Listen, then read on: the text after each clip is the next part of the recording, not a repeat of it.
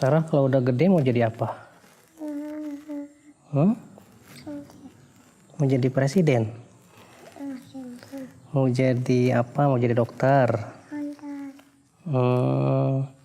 Ya.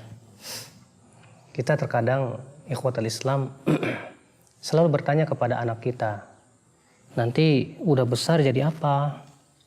Jadi dokter? Jadi insinyur? Jadi presiden? Masya Allah, sebuah cita-cita yang bagus ya.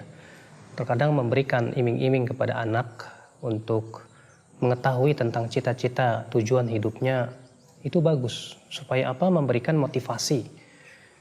Bahkan agar ia kelak mempunyai arah di dalam kehidupannya. Tapi seringkali kita lupa untuk mengajarkan anak kita kepada cita-cita yang lebih tinggi dari itu. Yaitu bagaimana cita-cita nanti dalam kehidupan akhirat. Karena cita-cita dalam kehidupan akhirat lebih tinggi daripada cita-cita di dunia. Ibnu Hazm mengatakan, tidak ada cita-cita yang lebih tinggi daripada seseorang ingin masuk ke dalam surga. Sarah mau masuk surga kan ya? Iya. Kenapa? Karena ini sebuah keinginan yang sangat mulia sekali. Ketika kita ajarkan anak untuk supaya ia beriman kepada surga, kepada neraka, beriman kepada Allah tentang kehidupan akhirat, tujuan kita adalah mendidik si anak agar betul-betul memperhatikan tentang nasibnya dalam kehidupan akhirat. Oleh karena itulah, lihat ya para nabi dulu, ia bertanya kepada anaknya, "Ma ta'buduna min ba'di?" Apa yang nanti kamu akan sembah setelahku, nak? Sedangkan kita seringkali bertanya kepada anak, "Ma ta'kuluna min ba'di?" Apa yang akan kamu makan nanti, nak? Para nabi tidak memikirkan masalah rezeki. Karena setiap manusia sudah ditentukan rezekinya masing-masing. Tapi para nabi bertanya kepada anak-anaknya, "Ma ta'buduna min ba'di?" Apa yang bakalan kamu nanti sembah setelahku, nak? Karena itu ya cita-cita yang sangat tinggi sekali. Mendidik si anak agar ia bercita-cita agar mau masuk surga, bercita-cita ia bisa dicintai oleh Allah, bercita-cita bisa menghafal Al-Quran, bercita-cita bisa menghafal hadis Nabi SAW. Subhanallah ya akhal Islam. Ini yang tentu kita tekankan kepada anak kita, bagaimana supaya ia mempunyai cita-cita lebih tinggi daripada cita-cita di dunia. Betul, ya. Mempunyai cita-cita di dunia, ingin jadi dokter atau yang lainnya, silakan, boleh-boleh saja. Tapi ketika kita iming-imingi anak kita hanya sebatas dunia, dan dunia. Seakan kita memberikan pelajaran kepada anak bahwa dunia itu segala-galanya. Ya, padahal Allah Ta'ala berfirman, "Wabtaghi fima atakallahu daral akhirah, wa la tansa nasibaka minad dunya." Carilah apa yang Allah sediakan untuk kamu dari kehidupan akhirat. Tapi jangan kamu lupakan kehidupan duniamu. Allah mengatakan cari akhirat, jangan lupakan dunia. Kalau kita cari dunia, jangan lupakan akhirat, nak. Tentu sebuah pendidikan yang tidak benar. Karena kita lebih mefokuskan dunia dan menjadikan si anak menjadi cinta dunia. Sedangkan Al-Quran menginginkan agar kita mendidik si anak agar ia cinta Allah, cinta Rasulullah, cinta kehidupan akhirat. Makanya lihat bagaimana nasihat-nasihat Luqman Hakim kepada anaknya. Yang pertama kali ia nasihatkan kepada anaknya apa? Ya bunayya la tusyrik billah. Hai anakku, jangan kamu mempersekutukan Allah Subhanahu wa taala. Pendidikan yang agung. Kemudian Luqman Hakim mendidik anaknya supaya apa? Berbakti kepada orang tua. Menjauhi sifat-sifat angkuh, kesombongan, dan yang lainnya. Sungguh mulia. Pendidikan yang ditanamkan kepada anak lebih mengedepankan pendidikan kehidupan akhirat. Sehingga menjadikan si anak itu kelak setelah besar, dia menjadi orang yang takut kepada Allah. Tapi ia berhasil di dunia juga. Iya, kita didik anak kita dengan ilmu-ilmu dunia, betul.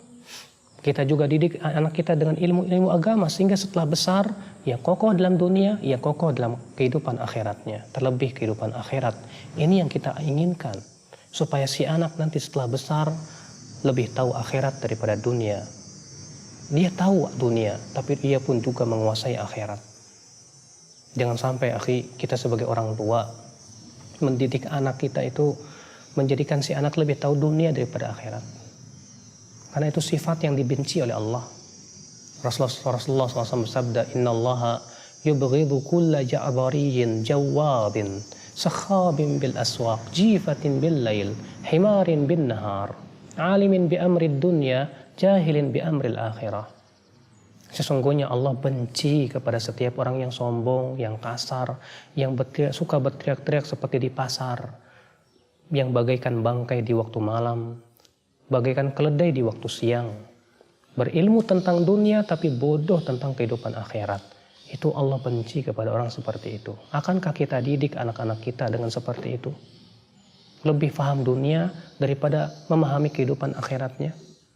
Akankah kita jadikan anak kita menjadi orang-orang yang dibenci oleh Allah Subhanahu wa Ta'ala? Kita sayang kepada anak, tapi ingat kasih sayang harus disertai dengan keilmuan. Oleh karena itu Allah menyandingkan rahmat dengan ilmu. Allah berfirman, Rabbana wasi'ta kulla syai'ir rahmatan wa ilma. Wahai Rabb kami, sungguh rahmat dan ilmumu meluasi segala sesuatu. Karena kita sayang kepada anak, tapi ketika sayang kita tidak disertai dengan keilmuan. Seringkali kita memanjakan anak dengan masalah-masalah dunia.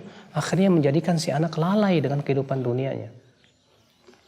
Tapi ketika kasih sayang kita dengan ilmu, kita tahu bahwa sesuatu yang melalaikan tersebut akan berbahaya setelah ia besar. Ya, kata Ibnu Qayyim, seorang ayah yang tahu atau mempunyai kasih sayang dengan keilmuan, dia akan susahkan anaknya untuk menuntut ilmu.